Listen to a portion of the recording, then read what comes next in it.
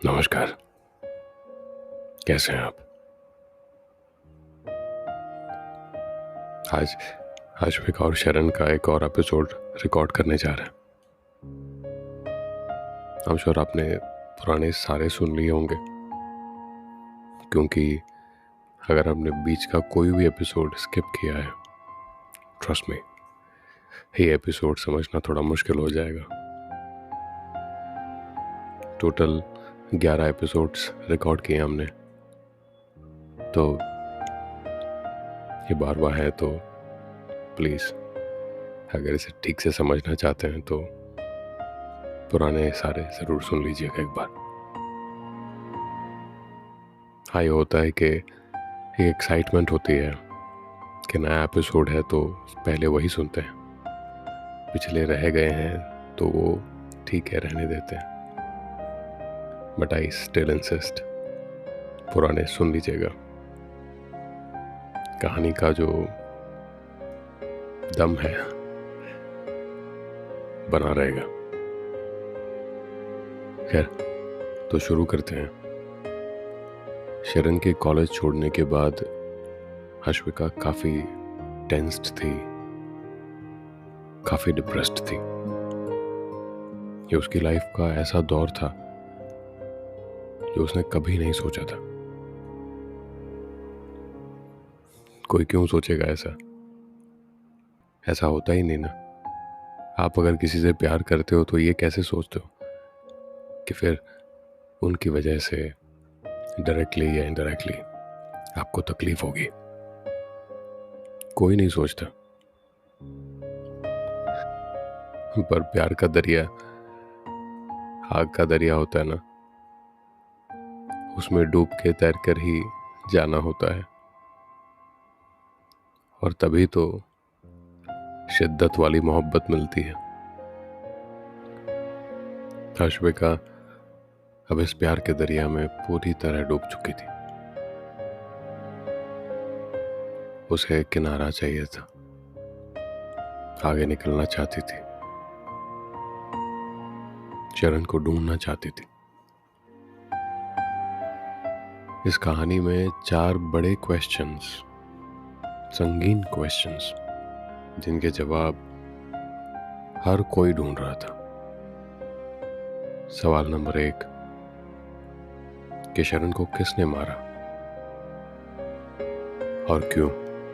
सिर्फ कॉलेज की discipline maintain करना ये तो वजह नहीं हो सकती, लॉजिकल नहीं लगता। सवाल नंबर 2, आश्विका को किसने थ्रेटन किया? कौन थे वो लड़के?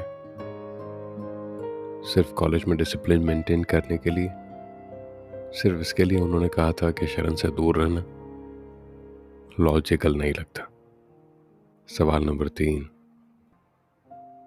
शरण की दोस्तों ने आश्विका के बारे में ऐसा क्यों कहा था कि उससे दूर रहना? क्या आश्विका इतनी बुरी लड़की थी? क्या इसके लिए कहा था? क्या उसका कोई पास्ट था जो शरण नहीं जानता था पर वो लड़कियां जानती थी? Something like that.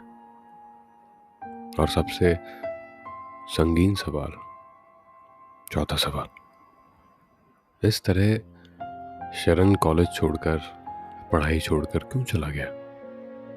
आश्विका को छोड़कर क्यों चला गया? वो चाहता तो फाइट बैक कर सकता था, चाहता तो कंप्लेंट कर सकता था, पुलिस स्टेशन जा सकता था, बहुत सारे रास्ते थे। तो फिर उसने कॉलेज छोड़ना ही क्यों जरूरी समझा? इसी को क्यों चुना? इन सवालों के दायरे में हमारी कहानी फंस कर रह गई है। खैर, तो यहां से हम शुरू करते हैं। आश्विका सीवियर डिप्रेशन में थी। उसके चेहरे का नूर उतर रहा था। कुछ महीनों तक उसने न किसी से बात की, न किसी से कम्युनिकेट किया। कॉलेज भी आना जाना कम कर दिया था। कभी जाती थी, कभी नहीं जाती थी। जाती तब थी जब उसे एहसास होता था कि शायद शरण आ गया होगा, शायद शरण इज बैक। एक आग के दरिया में से डूब कर जा रही थी, पर उसका प्यार परवान तभी चढ़ता जब आग का दरिया पार करती। परवान चढ़ना समझते हैं ना? नहीं समझते तो मैं डिस्क्रिप्शन में लिख दूंगा। एक दिन वो यूं ही बैठी हुई थी और जिनको का फोन आया, तू जल्दी आ जा, मैंने शरण को देखा है। अश्विका जोर से उछल पड़ी, जैसी थी वैसी की वैसी। जिनको ने जहां कहा था वहां पहुंच गई। इतनी एक्साइटेड थी कि उसने अपने शूज भी नहीं पहने, बस यूं ही भागी। पूरे रास्ते बस यही सोचती थी, क्या आज तो शरण मिलेगा और उसको गले लग जाएगी। इतने महीनों से जो नहीं कहा वो आज कह देगी। वो पहुंची जहां जिनको ने बुलाया था। मैकडोनल्ड का रेस्टोरेंट था वो, पर वहां शरण नहीं था। और एक वहां पर उर्दू पोएट्री अश्विका को उस वक्त सुनाई थी। क्यों खफा है तू मुझसे, क्यों मुझे तू रुलाना चाहता है। अगर तू सिर्फ ये चाहता है कि मैं रोऊं और तेरे दिल को सुकून मिले, तो आजा, बस कह दे। और जब तक तेरी हसरतों का शामियाना मुकम्मल नहीं हो जाता, मैं बस रोती रहूंगी। तो जो चाहे वो करूंगी। बस अब तुझसे ये दूरी बर्दाश्त नहीं होती।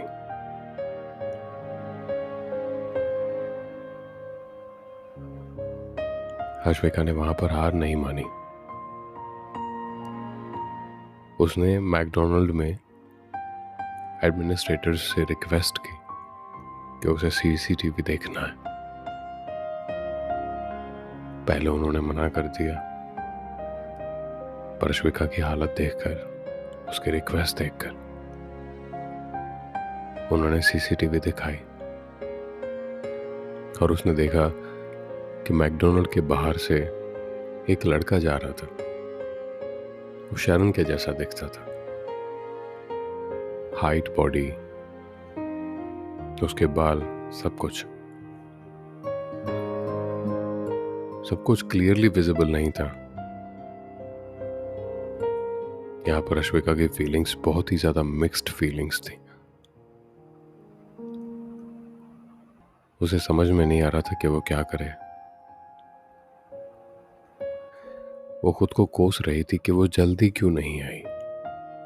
अगर वो जल्दी आ जाती तो शायद पता चल जाता कि वो शरण था या नहीं। अश्विका फिर एक बार टूट गई। खैर,